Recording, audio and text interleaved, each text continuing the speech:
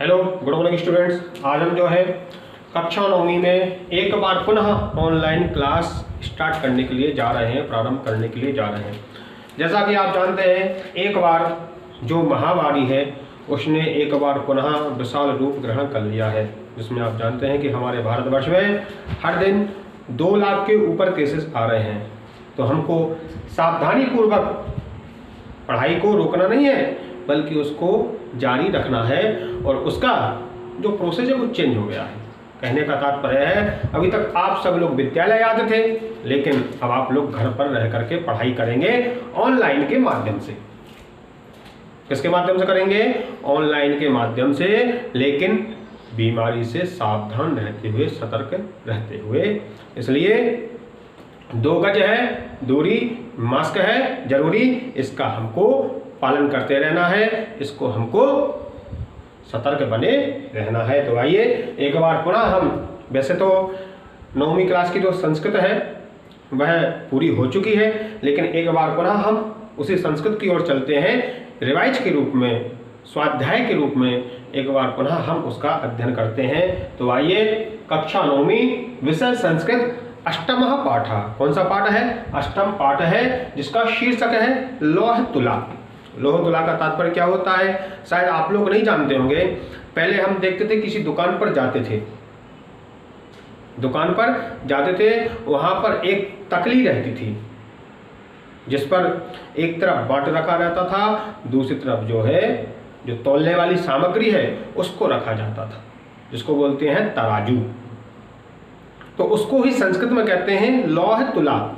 लोह का मतलब होता है आयरन, लोहा, और तुला उससे जो बनी हुई है, उस आयरन का, जो लोहे का जो वस्तु बना हुआ है, उसको हम संस्कृत में कहते हैं लौह तुला।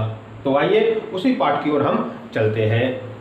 अयम पाठा, अयम यानी यह पाठा यानी पाठ विष्णु शर्मा विरचितम। विष्णु शर्मा यानी विष्णु शर्मा नाम के एक ब्राह्मण है, उनके द्वारा रचित पंचतंत्रम, पंचतंत्र नामक के कथा ग्रंथस्य, कथा ग्रंथ के मित्रभेद नामक तंत्रस्य, मित्रभेद नामक तंत्र से संपादितः अंशः अस्ति। उसके द्वारा यह ली गई है, उसके द्वारा संपादित है, यानी उसका एक जो छोटा सा रूप है उसको यहाँ पर लिया गया है। अस्याम कथायाम एकः, अस्याम यानी इस कथायाम, यानी इस कथा में, एकः यानी एक, जीर्णधर नामकः, एक जीर्णधन नाम का बणिक रहता है, यानी व्यापारी रहता है। विदेशात व्यापारम कृत्वा, वह विदेश से व्यापार करके, कृत्वा यानी करके, प्रत्यावर्त्यो, प्रत्यावर्त्य यानी लौट करके, संरक्षित न्यास रूपेण। संरक्षित न्यास का मतलब क्या है? एक व्यक्ति के घर पर रखी हुई जो हमारी धरोहर है उसके रूप में, प्रदत्ताम तुलाम, संरक्षित रूप में, यानी उसके द्वारा वह रख करके गया था। कहने का तात्पर्य है, वह जब विदेश जा रहा था व्यापार करने के लिए, तो उसके पास जो लौह तुला थी, उसने एक, उसका जो मित्र था, जो धनिक था, उसके पास में रख दी थी। उसने कहा कि मैं व्यापार करके आऊँगा, मुझे आप पुनः इस लौह तुला को वापस दे देना। और वह व्यापार करके वापस आता है और वह उससे मांगता है, वह उस धनिक से मांगता है। परंच, लेकिन सह धनिकः वदति, वह धनिक बोलता है कि यत् तस्य तुलातु मूषकैः भक्षितः। तस्य यानी उसकी जो तुला है, उसकी जो लोह तुला है, मूषकैः भक्षिता, उसको तो चूहों ने खा लिया। अब बताइए कितना बड़ा असत्य बोल रहा है, कितना बड़ा मिथ्या भाषण कर रहा है कि जो लोहे की तुला है, जो लोहे की तराजू है, उसको चूहे खा गए। कभी ऐसा हो सकता है? कदापि नहीं हो सकता। ततः सह बड़े, इसके बाद में वह जो बनिया था, धनिकस्य पुत्रम, वह जो धनिक के पुत्र को, स्नानार्थम नदीम प्रति नयति, वह जो है स्नान कराने के लिए, नहाने के लिए नदी की ओर ले जाता है।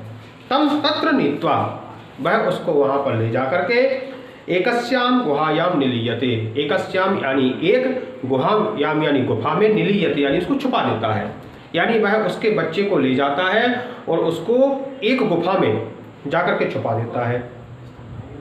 प्रत्यावर्तिते सती, लौटकर आने पर, पुत्रम अदृष्ट्वा, अपने लड़के को ना देख करके, धनिकः पृच्छति, वह धनिक पूछता है, यानी वह जो उसको बेटे को ले गया था लेकिन वह लौट करके नहीं आया, और जब उसने अपने लड़के को नहीं देखा तो उसने उससे पूछा कि मम शिशु कुत्रास्ते, मेरा जो बेटा है वह कहाँ पर है, बताओ।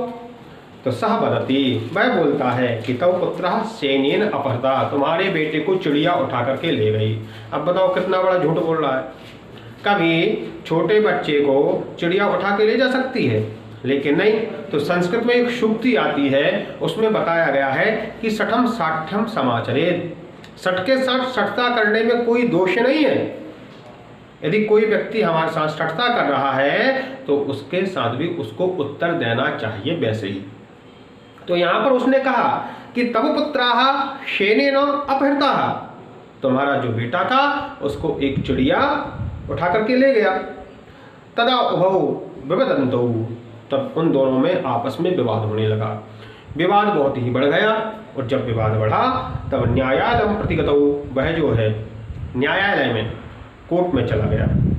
यत्र न्यायाधिकारिणः न्यायं कृतवन्तः, वहाँ पर जो न्यायाधीश थे उन्होंने निर्णय किया। क्या किया कि अब देखो, ये क्या था, एक पाठ का शीर्षक था। क्या था?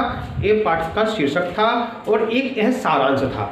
तो सारांश में जिस विषय वस्तु को हम पढ़ने के लिए जा रहे हैं उसको संक्षिप्त रूप में प्रस्तुत किया जाता है, उसको कहते हैं हम सारांश। इसलिए आप देखते हैं चाहे वह हिंदी हो चाहे संस्कृत हो, कोई सा भी विषय हो, उसमें एक सारांश प्रस्तुत किया जाता है। यहाँ तक कि आप जब मैथमेटिक्स पढ़ेंगे उसमें जब आप कोई सा क्वेश्चन सॉल्व करते हैं उसके पहले उसका हल दिया जाता है कि आपको यह जो प्रश्न है इस तरह से सॉल्व करना है। तो मुझे आशा है कि आप लोग घर पर रह करके अच्छे तरीके से अध्ययन करेंगे। आज हमारा सारांश यहीं पर समाप्त होता है। इसका आगे का जो विषय है हम कल अध्ययन करेंगे। अस्तु मंगलम।